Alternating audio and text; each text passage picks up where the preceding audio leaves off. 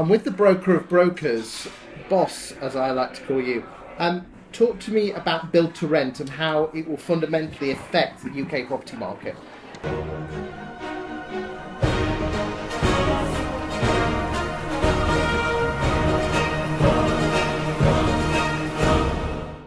I've got some shocking news for you all.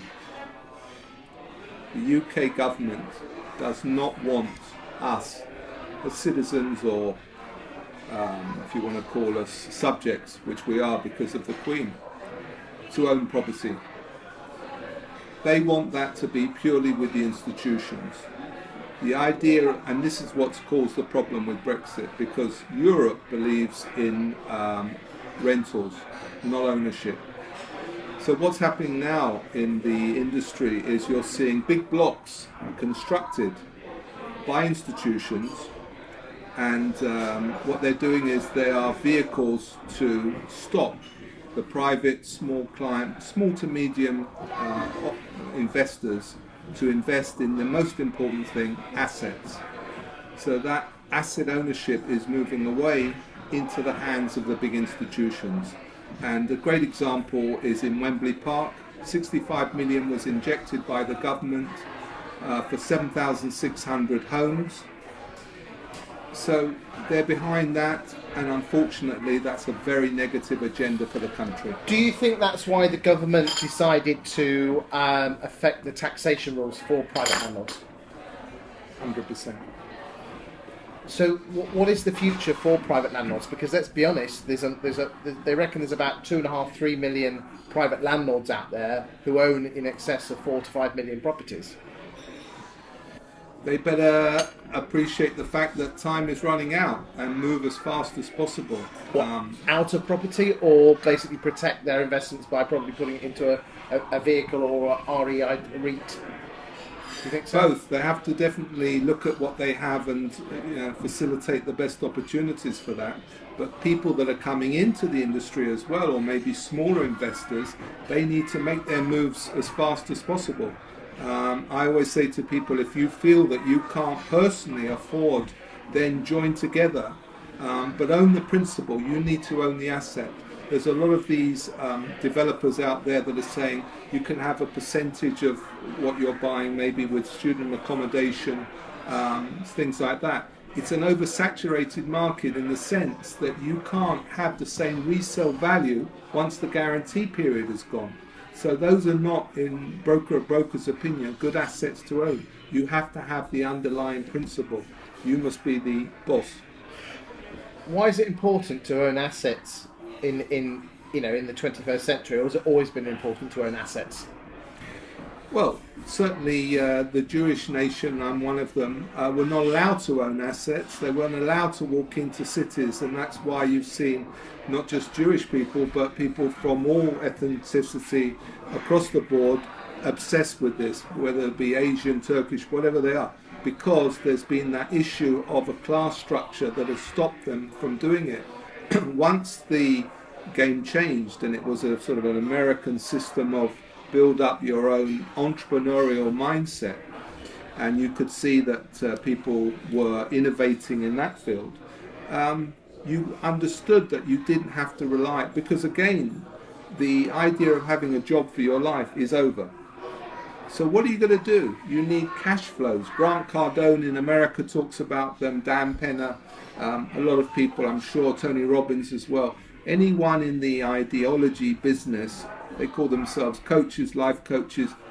No, it's not about that. It's about asset ownership. And the broker of brokers is all about that. That's what we believe.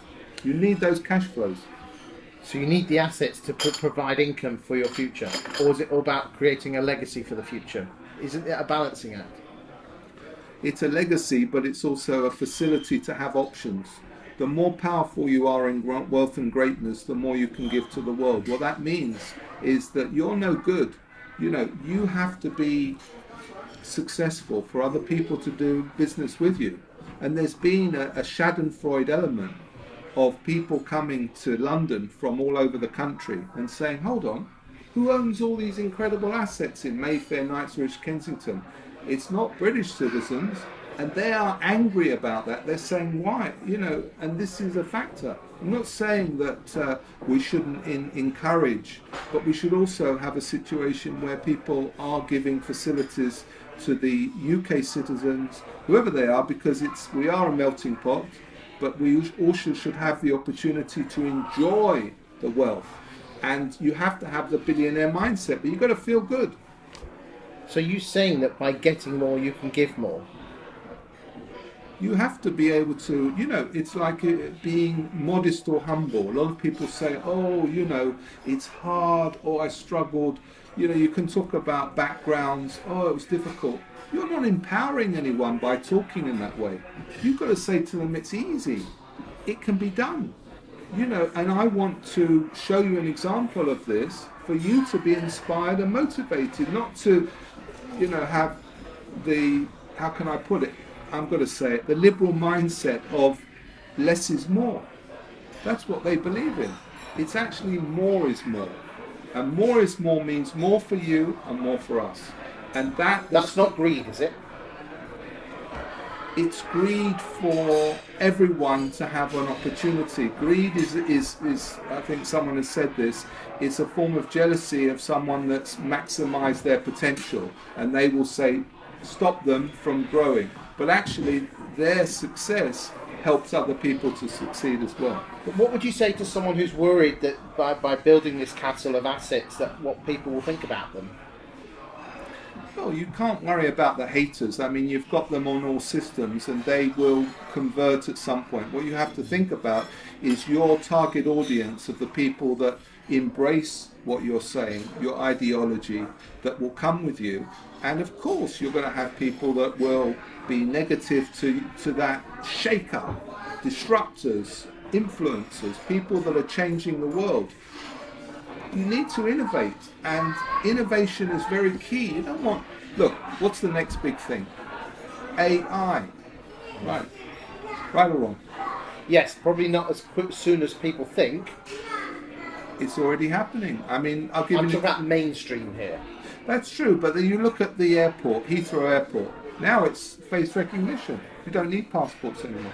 What's that? AI? Everything is moving to that. So I'd like to see that more in the property industry as well.